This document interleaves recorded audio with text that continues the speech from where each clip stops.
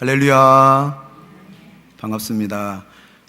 갈라디아 교회는요, 바울이 주 47년경 바울의 1차 전도 여행 중에 갈라디아 지방이죠, 비시디아, 안디옥, 이고니온, 누스드라, 데베에서 복음을 전하고 설립한 교회들입니다.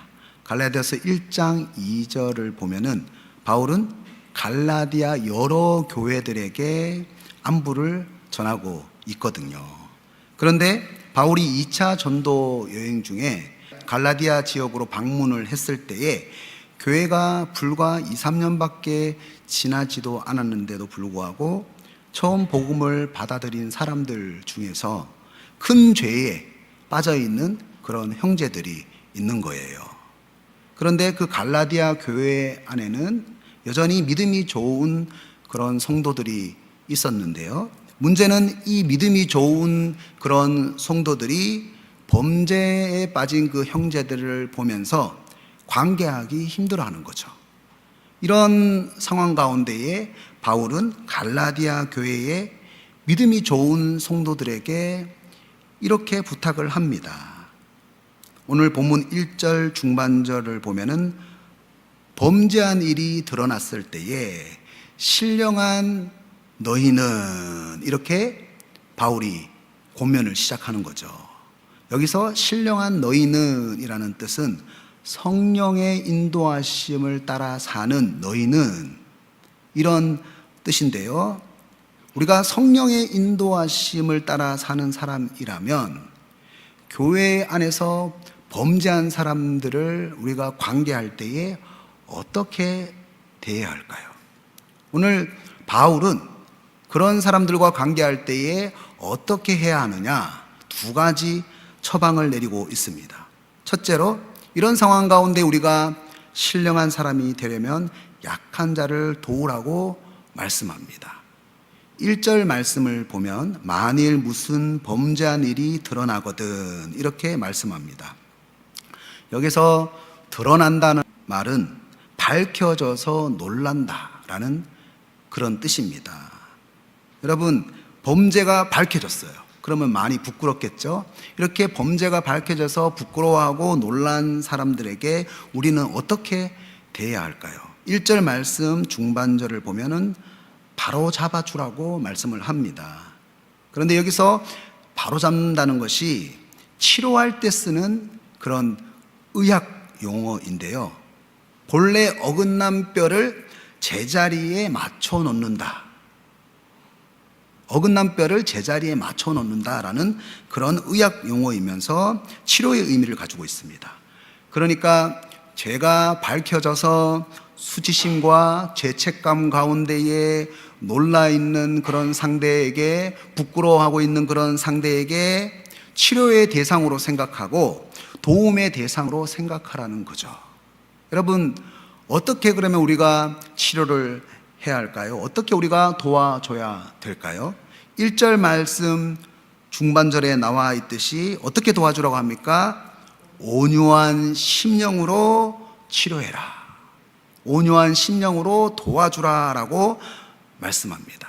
여러분, 의사가 다친 환자에게 분노하고 화내고 이렇게 하면은 어떻게 됩니까?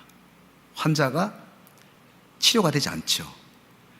부드러운 말로 안심을 시켜야지만이 어떻게 됩니까? 치료에 들어갈 수가 있는 거예요. 여러분, 무지로 인해서 하나님의 뜻으로부터 멀어진 그 사람을 위협하고 또 공격해서 움츠려들게 하는 것이 아니라 부드럽게 우리가 설득할 수 있는 온유한 심령이 우리 가운데에 있어야 그 사람들이 그리스도의 은혜 안으로 들어올 수 있게 된다고 오늘 바울은 권면하고 있습니다. 여러분, 사실 믿음 좋은 사람들이 신앙에서 탈선해서 범죄한 사람들과 관계하는 일이 정말로 어렵습니다. 상당히 부담이 돼요. 그런데 왜 우리는 나에게 그렇게 부담이 되는 사람들을 치료하는 대상으로 우리가 바라봐야 합니까? 갈라디아서 6장 1절에 보면은 이렇게 말씀합니다. 형제들아, 이렇게 시작하거든요. 형제들아. 우리들은 하나님의 형상으로 만들어진 작품입니다. 예수님께서 십자가에 대신 죽기까지 사랑하는 하나님의 작품이고, 그리고 예수 안에서 한 몸, 한 형제가 되었다는 겁니다. 그래서 우리가 어떻게 해야 됩니까? 그 사람들을 가족이기 때문에, 한 몸이기 때문에 치료의 대상으로 바라봐야 된다는 거죠. 그렇다면 우리는 예수 안에 한 형제인, 한 몸인 그런 사람들과 어떻게 살아야 할까요? 2절 말씀에서 이렇게 말씀을 합니다. 짐을 서로 지라. 짐을 서로 지라. 여기서 짐을 서로 진다는 말은요, 바로 서로 지탱한다 라는 그런 뜻인데, 버팀목이 되어준다, 이런 뜻입니다. 그러니까 여러분, 나무가 성장하기 전에 어떻게 하죠? 버팀목을 옆에다가 이렇게 대주잖아요. 여러분, 그런데 버팀목을 우리가 이렇게 대주는데 버팀목이 힘들겠죠? 그런데 버팀목이 어떻게 서 있습니까? 혼자 서 있습니까? 버팀목은 그 성장하는 나무와 함께 서로 지탱하고 있는 거예요. 그래서 그것을 어떻게 표현했냐면은 서로 짐을 진다고 표현을 했습니다. 여러분, 사실 우리가 다른 형제들을 위해서 도와주는 일이 내 자신을 세우는 일이에요.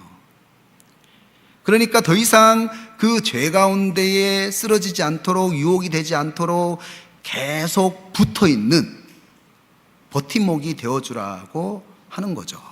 그런데 이 원어의 의미가 일시적으로 버팀목이 되는 것이 아니라 계속해서 관계하면서 붙어 있으라, 계속해서 도움의 관계를 지속하라는 그런 의미를 가지고 있습니다. 그런 사람들을, 범죄한 사람들을 계속 우리가 관계하면서, 계속 기도하면서, 격려하고 지지해주면서 우리가 도움의 관계를 가질 때에 그 사람만 성장하는 것이 아니라 나도 같이 붙어 있기 때문에 함께 성장하게 된다는 거죠. 쉽지 않아요. 그런데 안 좋은 얘기를 계속 여러분 듣고 있다 보면은 나도 상처받을까봐 더 이상 다가가고 싶지가 않죠. 더 이상 그 사람을 잡아주고 싶다는 생각이 사라집니다. 그런데 우리가 일상에서 혹시나 다리가 다치면은 어떻게 하죠? 두 손이 그냥 가만히 있습니까? 목발을 구해서 두 손으로 움직여서 병원에 가잖아요. 아니, 다리가 아프든지 말든지 손이 상관할 필요가 있나요? 여러분, 이렇게 말하는 사람은 없을 겁니다. 여러분, 다리가 아프면은요, 손도 피해를 보거든요. 여러분, 이런 상황이 공동체에도 똑같이 적용이 되는 거죠. 우리가 공동체 안에서 그 연약한 사람들의 아픔을 돌봐주지 않으면은 그 공동체는 치료의 능력을 상실하게 되는 거예요. 그 사람은 치료의 능력을 상실하는 사람이 되는 거예요. 치료의 능력을 상실하는 사람은 절대로 신앙이 성장할 수가 없습니다. 그래서 내가 연약한 사람을 위해서 버팀목이 되어주는 일은 나를 성장하게 하는 일이에요. 그 사람만 세우는 것이 아니라 나도 함께 서게 되는 그런 일이 된다는 겁니다. 여러분, 그래서 예수님께서는 마태복음 5장에서 뭐라고 말씀하셨습니까? 너희는 세상의 소금이고 세상의 빛이라고 말씀을 하셨습니다. 여러분, 소금은 맛을 내는 역할이고 빛은 어두운 것을 밝히는 그런 역할을 하잖아요. 그런데 여러분, 소금과 빛이, 나는 그런 역할을 하기 싫습니다. 그런 범죄한 사람들과 관계하기 싫습니다. 짐을 지는 그런 버팀목이 되기 싫습니다. 이렇게 우리가 얘기를 한다면 2절 후반절 말씀처럼 그리스도의 법을 성취하는 사람, 예수님을 닮는 사람이 될 수가 없다는 거죠. 예수님께서 우리가 죄인 되었을 때 우리에게 먼저 다가오셨잖아요. 그래서 그런 사람, 나는 그런 역할을 하기 싫습니다, 버팀목이 되기 싫습니다라고 하는 그런 사람의 운명은 어떻게 됩니까? 마태복음 5장 13절을 보면은 맛을 잃은 그 소금의 운명이 어떻게 되었습니까? 아무 쓸데없어 다만 밖에 버려져 사람에게 밟힐 뿐이니라. 치료의 능력을 상실하면 우리는 더 이상 세상에 빛이 될 수 없고 소금이 될 수가 없다는 거죠. 흑인 인권 운동가인 마틴 루터킹 목사님에 대해서 잘 아시죠? 그 목사님이 반대자에 의해서 감옥에 갔습니다. 그 반대자들이 이렇게 예수님에게 물었습니다. 당신은 우리가 미우시죠? 당신의 일을 방해하고 고통을 주는데 얼마나 미우십니까? 이렇게 이제 물으면 약오르겠죠. 그때 마틴 루터킹 목사님이 이렇게 말했습니다. 무슨 말입니까? 당신이 아무리 나를 투옥해도 나는 당신들을 사랑할 것입니다. 당신들이 아무리 나를 위협해도 나는 당신들을 사랑할 것입니다. 당신들이 아무리 가족을 협박해도 나는 당신들을 사랑할 것입니다. 내 속에 있는 사랑을 당신들은 막지 못할 것입니다. 여러분, 마틴 루터킹 목사님은 원수를 차별로 대하지 않고 사랑으로 이겼습니다. 그래서 노벨 평화상을 수여했어요. 여러분, 신앙인이 싸우는 방법은 어떤 방법입니까? 악을 악으로 갚는 것이 아니라 사랑으로 싸우는 것이 신앙인이 싸우는 모습이라는 거예요. 그런데도 불구하고 계속 사랑의 도구를 쓰지 말고 다른 도구를 쓰라고 마귀는 우리에게 유혹을 한다는 거죠. 그래서 로마서 12장 21절에서는 이렇게 말씀합니다. 다 함께 이 말씀 함께 읽겠습니다. 시작. 악에게 지지 말고 선으로 악을 이기라. 여러분, 사랑으로 선으로 악을 이겨야 합니다. 누구도 완전히 독립적이거나 남의 도움이 전혀 필요한 사람은 이 세상에 단 한 명도 없습니다. 그런데 나는 어떻습니까? 내가 큰 잘못을 저질렀을 때는 누군가 나를 도와주기를 원해요. 나를 정죄하지 않고 다가와서 도와주기를 원합니다. 그런데 다른 이가 큰 잘못을 저질렀을 때는 먼저 도움을 주는 것을 어려워합니다. 그게 사람의 죄악이에요. 도움보다는 어떤 방법을 선택합니까? 정죄하는 방법을 선택합니다. 그래서 마더 테레사는 이렇게 얘기를 했어요. 사람들을 판단하기만 한다면 그들을 사랑할 시간이 없습니다. 내가 사람들을 판단하는 동안 내 안에 사랑이 사라진다는 거예요. 사랑할 시간이 사라진다는 거예요. 그렇습니다. 우리 신령한 사람들은 어떻게 살아가야 합니까? 사랑으로 살아가야 돼요. 그래서 범죄한 사람이 다시 일어나기 힘들어할 때에 그 사람을 위해서 계속 기도하면서 지속적으로 도움을 줘야 한다는 거죠. 예수님의 마음으로 그 사람을 이해하면서 상담을 해야 된다는 거예요.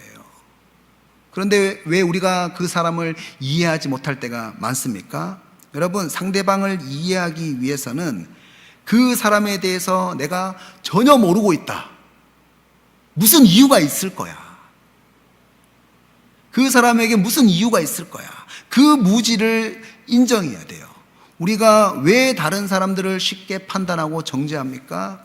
그 사람에 대해서 내가 다 알고 있다고 생각하기 때문이에요. 무슨 이유가 있거든요. 좋은 상담자는요, 내담자의 이야기를 하나도 모르는 것처럼 무슨 이유가 있을 거야. 처음 듣는 자세처럼 경청을 해야 돼요. 따뜻한 마음으로. 나쁜 상담자는 어떻습니까? 이야기를 들을 때에 내가 당신에 대해서 다 알고 있다. 이런 태도로 듣고 있는데도 대충 이야기를 흘려들어요. 그러면 그 내담자가 느끼는 거거든요. 그리고 그 상대방에게 결론을 빨리 가르치려고 합니다. 여러분, 인간관계에서 발생되는 대부분의 정죄와 판단은 내가 저 사람에 대해서 다 안다는 그런 생각 때문에 비롯됩니다. 여러분, 짐을 나누어 주고자 하십니까? 무슨 이유가 있을 거야, 이렇게 생각하세요. 그러면은 먼저 그 사람을 이해할 수 있는 사람이 될 수가 있습니다. 여러분 주위에 도움이 필요한 사람이 누가 있을까? 한번 찾아보십시오. 내 주위에 권면과 격려가 필요한 사람이 있습니까? 조용히 다가가서 당신의 짐을 나누어 지겠습니다. 그리고 저도 함께 성장하기를 원합니다. 이렇게 말하십시오. 그럴 때에 우리는 비로소 그리스도의 법을 성취하게 되고 내가 예수님을 닮는 사람으로서 신령한 사람이 될 수가 있습니다. 이 말씀을 믿음으로 신령한 사람이 되시기를 주님의 이름으로 축복합니다. 둘째로 신령한 사람이 되려면 어떻게 해야 됩니까? 자기 자신을 성찰해야 됩니다. 우리들은 누구나 예외 없이 다른 사람들의 죄는 현미경으로 돋보기로 세밀하게 살펴보지만 자기의 죄에 대해서는 세밀하게 살펴보지 않는 그런 죄된 속성을 가지고 있어요. 누구나. 그래서 오늘 본문 1절 후반절에 보면은 이렇게 말씀합니다. 다 함께 이 말씀을 함께 읽겠습니다. 시작. 너 자신을 살펴보아 너도 시험을 받을까 두려워하라. 어떤 말씀이죠? 다른 사람들의 죄를 세밀하게 살펴보기 전에 항상 내 자신이 똑같은 그런 시험에 빠지지는 않는가? 지금은 아니더라도 나중에라도 그것을 두려워하고 먼저 내 자신을 살펴보라고 말씀하고 있습니다. 여러분, 예수님께서 가늠한 여인이 잡혀왔을 때에 모두가 그 여인에 대해서 죄인이라고 돌로 치려고 했습니다. 그때 예수님께서 뭐라고 말씀하셨습니까? 요한복음 8장 7절을 보면은 너희 중에 죄 없는 자가 먼저 돌로 치라. 이렇게 말씀하셨어요. 그렇습니다. 모든 사람들이 그래요. 자기 자신에 대해서는 과대평가하고 남에 대해서는 과소평가하는 죄된 속성을 가지고 있어요. 그래서 오늘 본문 3절에 보면은 이렇게 말씀을 하는 거예요. 만일 누가 아무것도 되지 못하고 된 줄로 생각하면 스스로 속임이라. 자신을 중요한 사람이라고 부풀려 생각하는 과장된 자아상은 실제로는 내가 아무것도 아닌 사람이라는 것을 보여주는 행동이라는 거예요. 하나님을 속이는 일이 되고 자기 자신을 속이는 일이 된다고 말씀하고 있습니다. 그래서 오늘 본문 4절과 5절에서 뭐라고 말씀합니까? 다 함께 4절과 5절 말씀 함께 읽겠습니다. 시작. 각각 자기의 일을 살피라. 그리하면 자랑할 것이 자기에게는 있어도 남에게는 있지 아니하리니 각각 자기의 짐을 지라. 아멘. 4절을 현대인의 성경으로 보면 좀 더 쉽게 설명했는데요. 각자 자기의 행위를 살피십시오. 그러면 남과 비교하지 않고도 자기 자신이 한 일을 자랑스럽게 여길 수 있을 것입니다. 자기 자신이 한 일을 자랑스럽게 여길 수 있을 것입니다. 우리는 다른 사람들의 불의를 보면서 정죄하면서 큰 만족감을 느껴요. 남과 자신을 비교하면서 마치 자기는 정의로운 사람이 된 것처럼 자랑할 때가 상당히 많습니다. 이런 행위는 하나님 앞에서 과장된 내 자신을 만들어낸다는 거죠. 하나님 앞에서 진짜 내 모습을 살펴봐야 되는데 하나님 앞에서의 진짜 내 모습을 살펴보지 못하도록 만든다는 겁니다. 그래서 고린도전서 10장 12절에서는 이렇게 말씀합니다. 그런즉 선줄로 생각하는 자는 넘어질까 조심하라. 그렇습니다. 신령한 사람은 성령님의 인도하심을 받는 사람은, 기도하는 사람은 넘어진 자를 정죄하면서 나는 서 있다고 착각하지 않는다는 거예요. 그럴수록 오히려 내 자신을 먼저 돌아보고 하나님 앞에서 하나님이 나에게 요구한 그 책임을 나는 잘 감당했는지 내 스스로 살펴본다는 거죠. 하나님 앞에서 살아간다는 거예요. 사람과 비교하면서 사람 앞에서 살아가는 것이 아니라. 요한복음 21장 21절에 보면은 베드로가 요한에 대해서 예수님에게 이런 질문을 했어요. 이에 베드로가 그를 보고 예수께 여짜오되 주님, 이 사람은 어떻게 되겠사옵나이까? 그때 22절에서 예수님께서 이렇게 말씀을 하셨습니다. 예수께서 이르시되 내가 올 때까지 그를 머물게 하고자 할지라도 내게 무슨 상관이냐? 너는 나를 따르라 하시더라. 무슨 말씀이시죠? 다른 사람의 일에 대해서 신경 쓰지 말라는 거예요. 상관하지 말라는 거예요. 하나님께서 나에게 맡기신 그 책임에만 집중하라는 그런 말씀입니다. 그래서 고린도전서 3장 8절에서는 이렇게 말씀을 합니다. 다 함께 이 말씀 함께 읽겠습니다. 시작.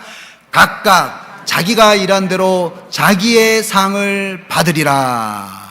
자기가 일한 대로 자기 상을 받는 거예요. 그렇다면 어떻게 자기의 책임을 감당해야 할까요? 여러분, 책임이라고 하니까 많이 부담되시죠? 많은 책임을 감당하지 않아도 됩니다. 오늘 본문 5절에서 각각 자기의 짐을 지라는 그 말씀에서 짐은 포르티온이라고 하는데요, 많은 짐이 아니에요. 바로 한 사람의 무게에 해당되는 그런 짐을 뜻합니다.